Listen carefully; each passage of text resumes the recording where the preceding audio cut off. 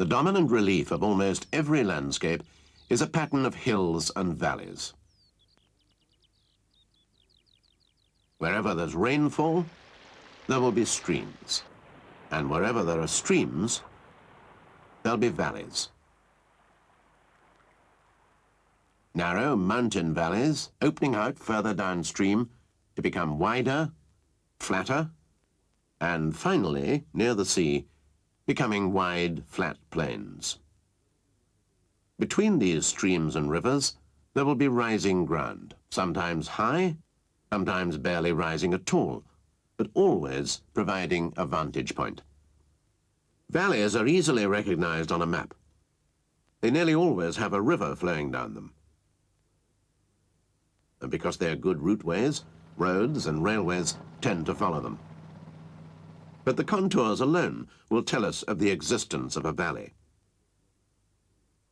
See how they follow the course of this river upstream, indented only by small tributary streams. Every now and then, the contours will join hands across the river. Here it's the 150-metre contour. The headwaters of a river, too, have their own distinctive contour pattern.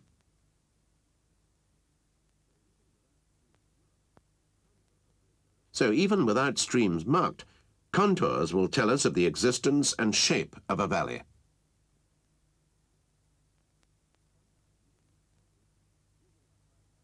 Sometimes, in their courses, rivers pass abruptly from high to lower ground. They incise deep, narrow valleys we call gorges. These are not normally good routeways. Sometimes they have little room for anything but the river itself. On the map, you can tell gorges by their closely packed contours crammed tightly against the river.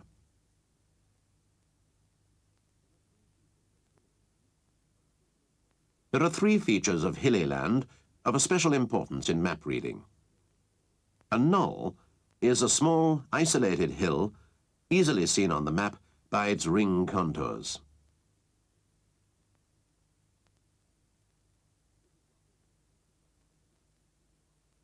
This is what we can expect to find on the ground.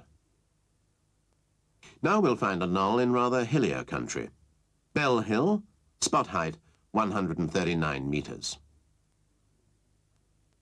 Like most knolls, commanding an excellent position. And lastly, a rather larger knoll, Banner Rig, spot height 265 metres.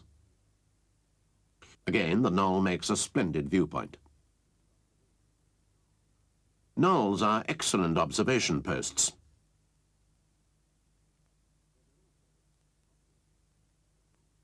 But they're also obvious ones.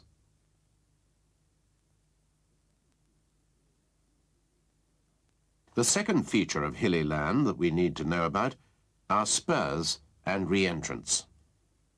Take this hillside, a succession of lumps of high ground jutting out into the main valley. Each area of high ground we call a spur.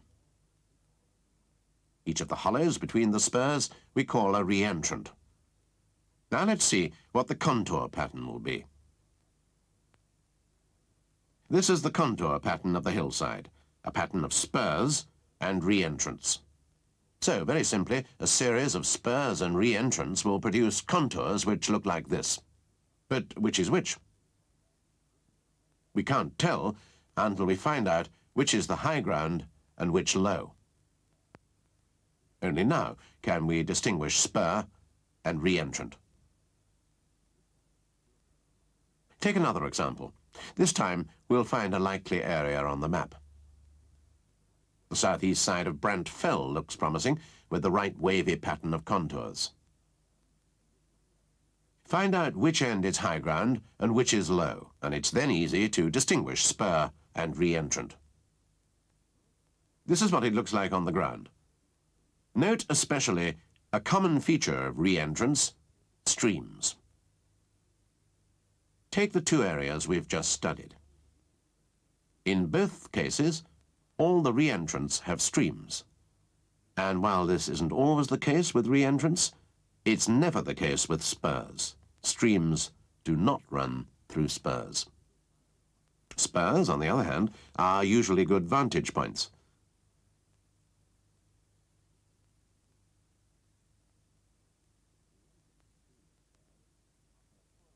The re-entrance between the spurs offer poorer opportunities for observation, restricted by the valley walls on either side.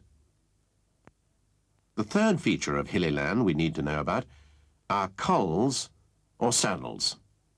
A saddle is a high pass between two hilltops. Sometimes, indeed, saddles are actually called passes on the map, like Garburn Pass.